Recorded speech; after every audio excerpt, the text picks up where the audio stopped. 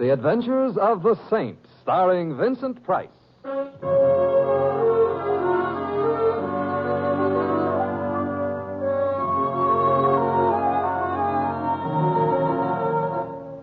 The Saint, based on characters created by Leslie Charteris and known to millions from books, magazines, and motion pictures.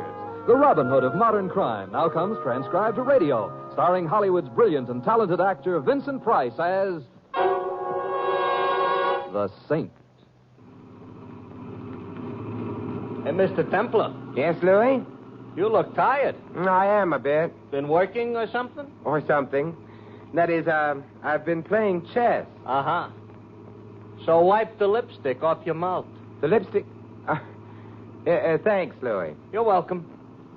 On a chess player, it don't look good. It was a very close game. That I can figure out for myself. Hey, look, somebody's moving out of your house, you see? There's a moving van parked in front. Yeah, so there is. So I better stop here. They're still lugging furniture out. I hope it's the people who have the apartment over mine. Why, what's the matter with them? Large feet. Uh-huh. Hey, that's odd. What? That desk they just put in the van, it looked familiar. All furniture nowadays looks familiar. Oh, they're all finished. I'll pull up. Don't bother, Louis. How much do I owe you? A buck. Hey, Mr. Temple, what's the matter? I'm beginning to realize why it looked so familiar. Why? Because it was my desk.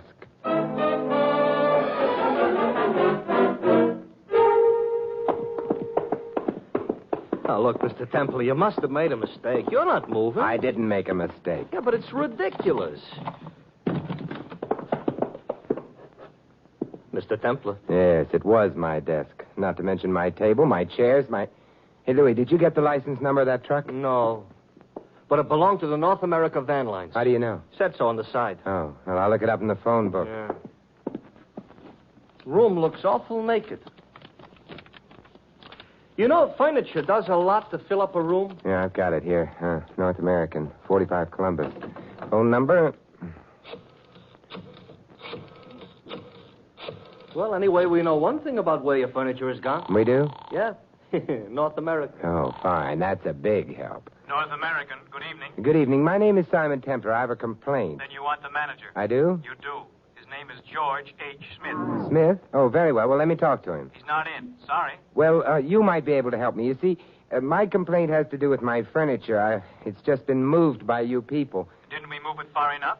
You shouldn't have moved it at all. We're so enthusiastic. I think you'd better check your records. Find out who ordered the van and where the furniture is to be delivered. Very well, sir. Just hold on. Having trouble, Mr. Temple? No, Louis, just whimsy. From truck drivers? We'll sue them. Who will? Us cabbies in New York. The whimsy belongs to us. And furthermore, Mr. Templar? Yes? You ordered your furniture moved. I did? Paid for it in advance, turned the key over to our men, and asked for rapid service. Well, I certainly got it. And where did I order the furniture moved to? The Sprague Furniture Galleries. Sprague? But he handles antiques. My furniture's modern. Maybe it's aged rapidly. Good night. Good night, sir. Come on, Louis. We're going to a gallery. we're in a hurry? Yes, you might say we've got to get a move on.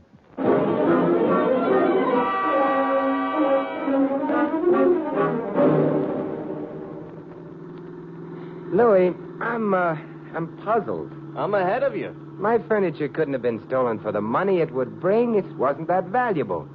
Too great a risk was involved. So somebody did it for fun? Oh, hardly. Why was it stolen tonight, not last week, last month, or last year? Maybe the guys that swiped it were too busy. Also, half a dozen pieces were taken. Among them a particularly worthless whatnot. What? Whatnot? And who's on third? A whatnot, Louis, is a Victorian monstrosity which shouldn't happen to a tree. The point I'm making, though, is that I've had that whatnot only a few days. Uh-huh. Well, that means they were after the whatnot. So why did they swipe the other stuff? To confuse the issue. To make me think it was just an ordinary burglary. To keep my attention away from the whatnot. Maybe it's worth a lot of money, huh? It's worth exactly what I paid for it, $17. So that don't figure. Where'd you get it, anyway? Oddly enough, Louis, at the Sprague Gallery.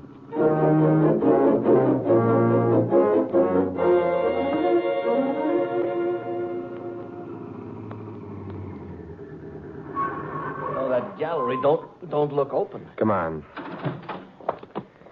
Sprague sleeps in the back. He has a small apartment there. There's no truck around, Louis. Must have already unloaded. Yeah. Mr. Sprague ought to wash his windows. Yeah, I can't see a thing inside. Must be a bell around, however. Oh, yeah, look, here's one.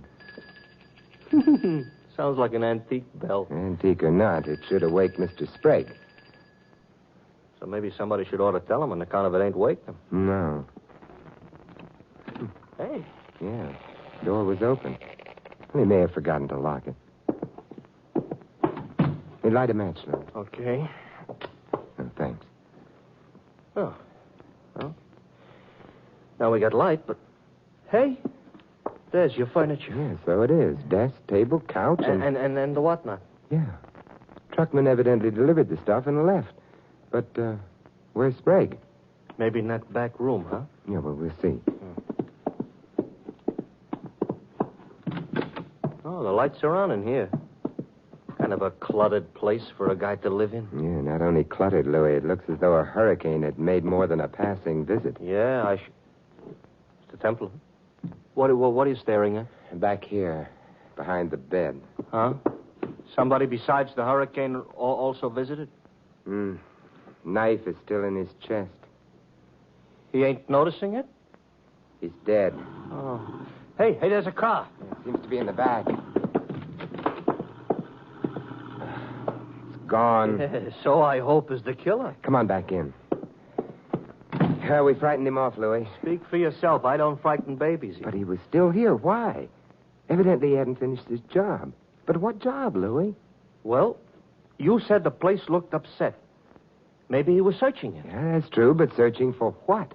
The furniture was delivered, the truckman left.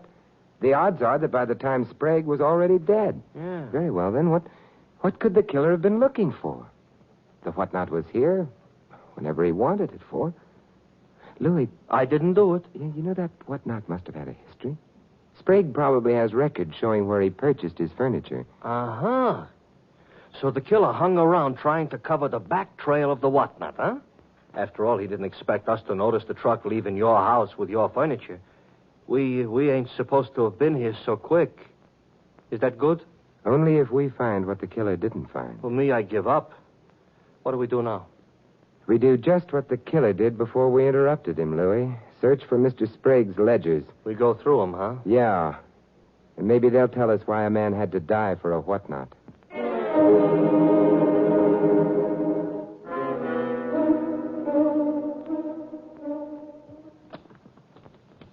It's not in this one. Yeah. Hey, Mr. Temple, I think I got it. Oh, let me see. Here. Ah, Victorian whatnot, yeah. Mrs. Susan Carter, Hill Road, Cresdale, New York. Cresdale? That's only half a dozen miles north of the Bronx. This is strange. He doesn't seem to have paid her anything at all for the whatnot. Maybe she paid him. And we could phone, but... You know, Louis, about the only thing on our side is the element of time. We're moving faster than the killer anticipated, therefore... I know. We go north.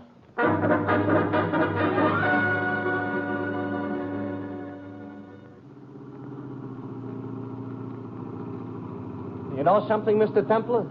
The trouble with the country is it's so far from the city. I never thought of that. Well, think about it. It's true. I'd rather think about Mrs. Susan Carter. Sprague got that whatnot from her about a week ago. Yeah, and I bought it from him 3 days ago. But, will she be able to help us? Why not? Was her whatnot.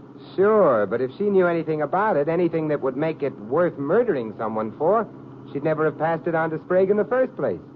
We may be chasing a wild goose, Louis. Who needs a wild goose? A wild gander. Slow down, Louis. I think it's that house on the corner. Okay.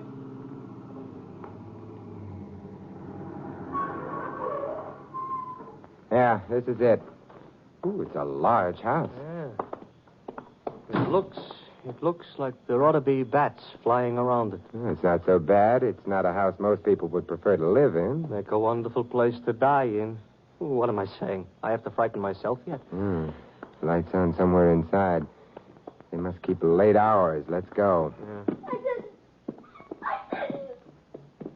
Some fun they have in these country houses. Yeah, I think it's time we rang. You know, I'm wondering what she didn't. Hey, look, the light just went out inside. I got a feeling nobody is going to open that door. All right. So I was wrong. But who opened it? It doesn't matter. We can get in. Okay. Except I would be happier if somebody at least had opened it. Oh. It's like a house of the dead. Stop making up phrases like that. It came from someplace down this hallway. You're running in the wrong direction. We're running close. Hey, look, it must be this door. It's the only one along the hallway. Does it open? Yeah, it opened. Who are you? Oh, hello, I'm Simon Templar. This is Louis. Yeah. What do you want here? We heard you scream. That's because I saw a mouse. It must have been a large mouse. It was a large scream, Mrs. Carter. I'm not Mrs. Carter. But, Claire Wayne, Miss Carter's niece. Oh, I apologize. How'd you get in? Well, the front door opened by itself. A very mysterious effect. You're making things up. Not really. Could we see Mrs. Carter? Could you... Oh, no. No! Miss Wayne. Hey, come on, Louis. Yeah, I'm right behind you. Claire! Where the devil? Claire! Oh, I'm sorry. Neither of us is Claire. Are you Mr. Carter? Carter? Me? No, I'm Harold Thompson, Susan's nephew. Oh, I'm Simon Templar. Louis. Templar, huh? Are you the saint? Yes, I am. Well, this is quite an honor for us. Thank you. Actually, I wanted to speak to your aunt. You did? I said something amusing? You've no idea how amusing. I'll laugh about it all night. Hey. Huh, he's gone, too. Yeah, very restless type characters. Well, anyway, we're getting acquainted fast. Except with Mrs. Carter. Large house. We'll have to look through all the rooms in it. You'll have to look even farther than that, sir. I didn't hear you come into the room. You walk softly. It's a habit of mine. The ill and the dying resent a heavy footstep. It frightens them. Really? Delusion of reverence. I suspect they associate it with death coming for them. You're a doctor. Yes, I'm Dr. Thor. My name's Templar, and this is Louis. Good evening, gentlemen. How do you do? You're Mrs. Carter's physician. Yes? She's ill, then? No. She's not at all ill. Well, then I'd like to speak to her at once. About, About a whatnot that she gave to an antique dealer named Sprague. Seems a trivial reason to have brought you out here at this hour. The whatnot in itself is perhaps a trivial thing, Doctor, but murder isn't. Murder? Mr. Sprague. Oh. At what time was he... Probably around 8 this evening. It's interesting. At 8, I was out in my car on my way here, but I took a long way around. Might have included the stop in the city. At 8, Harold Thompson had not as yet reached this house.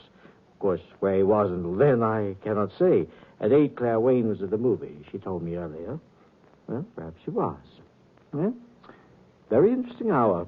Yes, and where was Mrs. Carter at 8 o'clock? Well, she was where she is now, with a nurse in attendance. I thought you said she wasn't ill. She isn't. She was. Oh, I see. She's dead, then. She's dead. Interesting. 3 people might have known what the mystery of the whatnot was, and of them 2 are dead. The third is a murderer. Susan Carter was an old woman with a weak heart. Meaning her death was natural? Yes. I don't sneer at coincidence, Dr. Thorne, but under the circumstances, I'd like to be sure it was coincidence. Well, of course, I can't quarrel with you about that. I've had a thought or two about Susan's death myself. And? She wasn't stabbed to death. Her heart did fail. Mr. Templar, I'm not a young man anymore. I'm tired. I'm all confused. And before going any further into this thing, I'd like to rest. Would it be asking too much of you to spend the night here, Mr. Templar? I think it's very hospitable of There's you. plenty of room. This is a large house. Suppose we all go to bed. In the morning, perhaps the shadows will all have fled.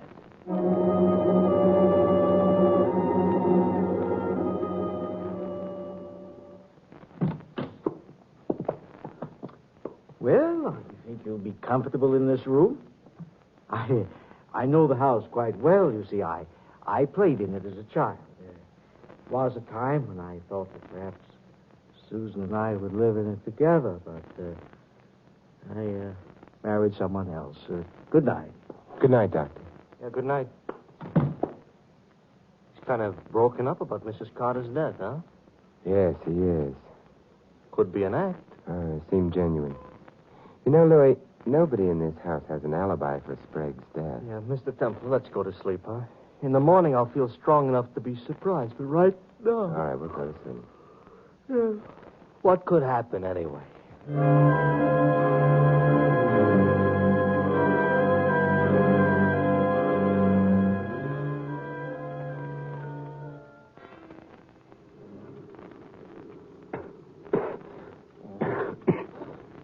Louis. Oh, Mr. Temple, what? Yeah, I smell smoke. Well, the house is on fire. Hey, come on, Louis. Yeah, I'm right with you. The smoke is terrible. Oh, hey, look, we've got to warn the others. Yeah. I'll get the ones the other side of the hall. The smoke is getting awful thick. Miss Wayne. Miss Wayne. Oh, I was asleep. Go downstairs and out of the house, quick. The house happens to be on fire. Oh, all right. Louis. Temple? Oh, I got both Dr. Thorne and Harold Thompson. They're on their way down. We better get downstairs, too. No, not yet. But we got every living thing out of the house. Yeah, but you forgot the dead.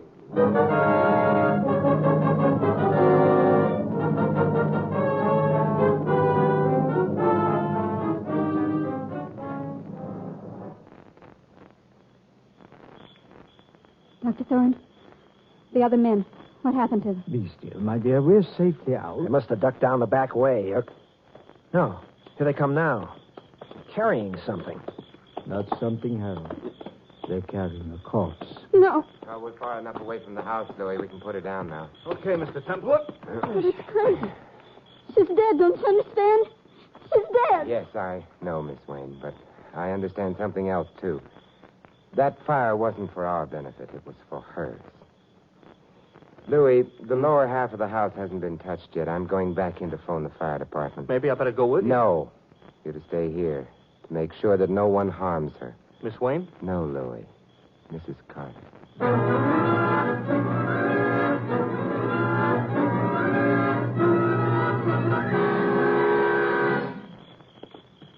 Thank you, Collison. You and the boys did a fine job. Glad we were able to save the lower part of the house.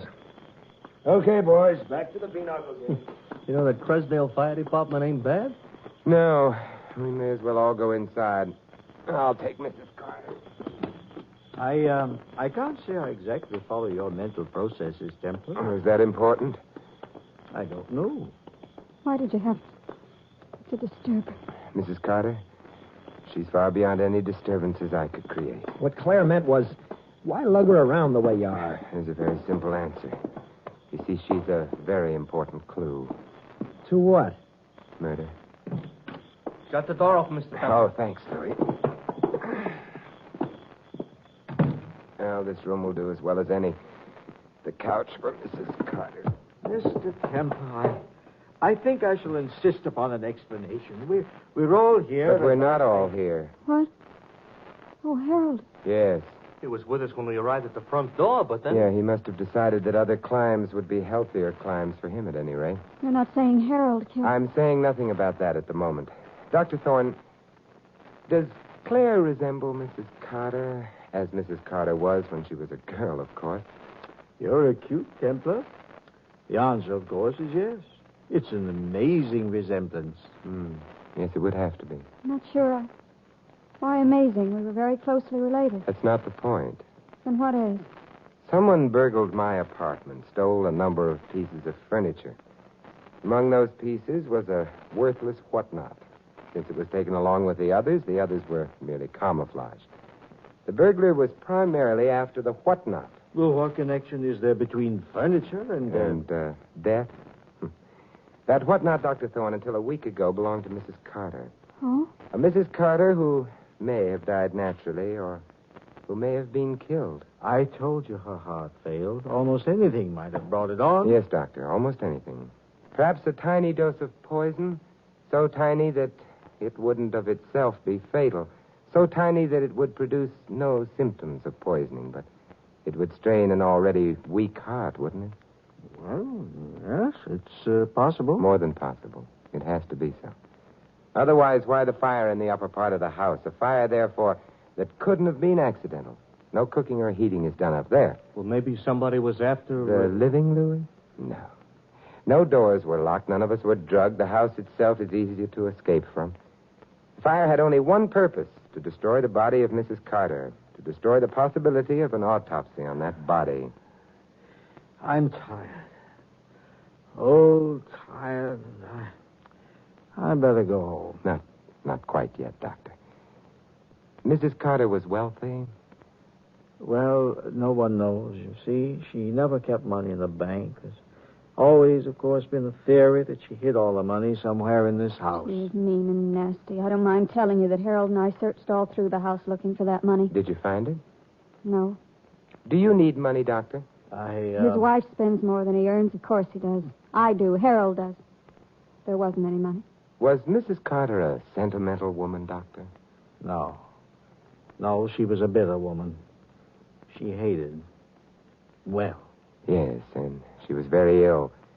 She knew she was surrounded by... Yes, vultures waiting for her to die so they could pick up her old bones or whatever money clung to them. Your way of putting it. Well, it's an accurate way. And now that you know, Mr. Templar, may I go home? Yes. Yes, after you answer one question. That question being? Somewhat earlier this evening, when I asked you about the possibility of Mrs. Carter's death having been murder, you denied that possibility. I still... Or perhaps I do no longer deny it. However, That's not my question. At that time, you said she wasn't stabbed to death, meaning that Mr. Sprague, of whose murder I had just informed you, was stabbed to death. But, Dr. Thorne, there are many ways in which a man can be killed. Your question, then, is, how did I know that Sprague had been killed with a knife? Yes, Doctor. I don't think I shall answer that question. I'm sorry. Louis, will you get on the phone? The cops? The police. Okay. Sit down, Dr. Thorne. You won't need me anymore. No, Miss Wayne. And I'll go. Any other room.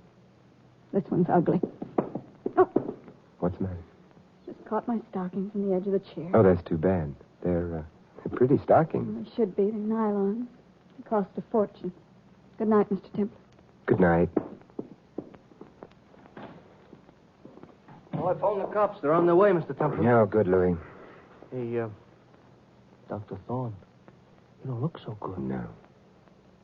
You know, if murderers would clap master padlocks on their lips, a lot of them would be better off. They wouldn't give themselves away. And detectives would have a harder time. No, Louis. No matter how securely a murderer's lips may be locked, I coin a phrase, murder will out. Yeah, but if Dr. Thorne hadn't made that slip about the stabbing, you'd never been able to pin the killing on him. That's true. But then you see, Dr. Thorne didn't kill anyone.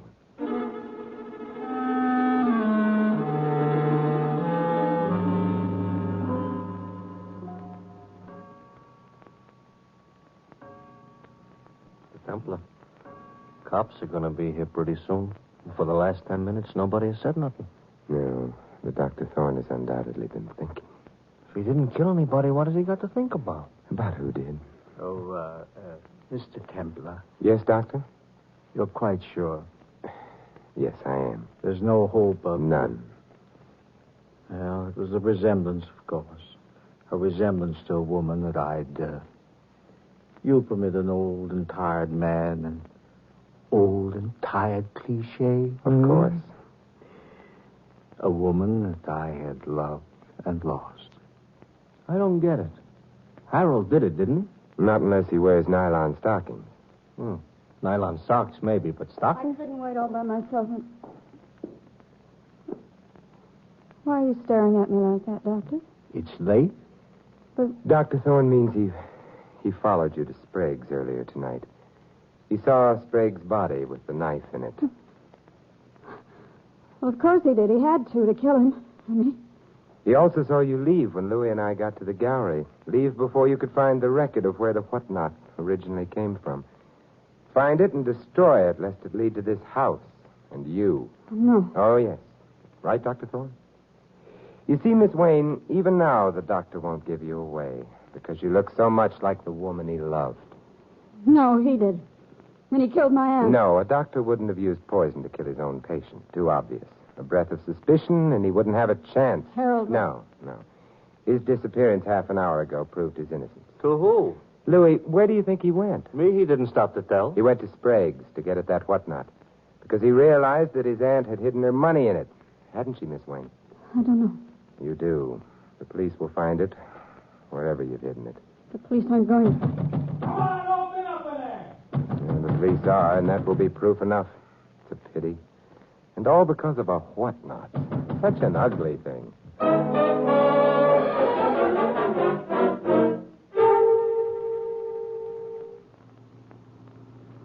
So, all right. So the cops found the doll in the girl's suitcase downstairs in the hall closet. So she killed her aunt and Sprague. But something must have tipped you off before you could be so sure. Nylon stockings, Louis. Oh, we're back to those again. All right, what about nylon stockings? Louis, whoever poisoned Mrs. Carter was the one who set fire to the house in order to destroy the corpse and prevent an autopsy. Yeah? Well, when I warned Claire Wayne about the fire, she said she'd been asleep. Yeah? Later on, after I'd confronted Dr. Thorne with what seemed to be his guilt, she left the room. On the way out, she caught her stockings on a chair. So? Louis, how much do you know about women? Everything.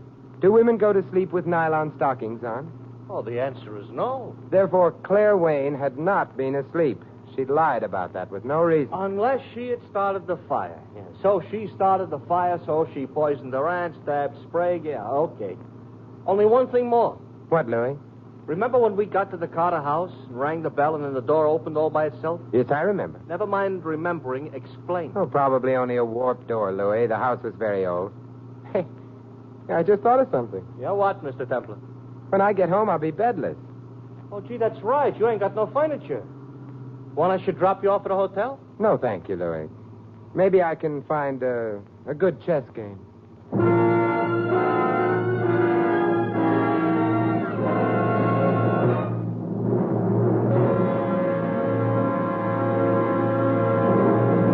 You've been listening to another transcribed adventure of the Saint, the Robin Hood of modern crime. Now here's our star, Vincent Price. Ladies and gentlemen, in tonight's cast, you heard Peggy Weber as Claire and Victor Rodman as Dr. Thorne. David Ellis was Harold, Gilbert Fry, the dispatcher. Larry Doutkin plays Louis. This is Vincent Price inviting you to join us again next week at the same time for another exciting adventure of the Saint. Good night.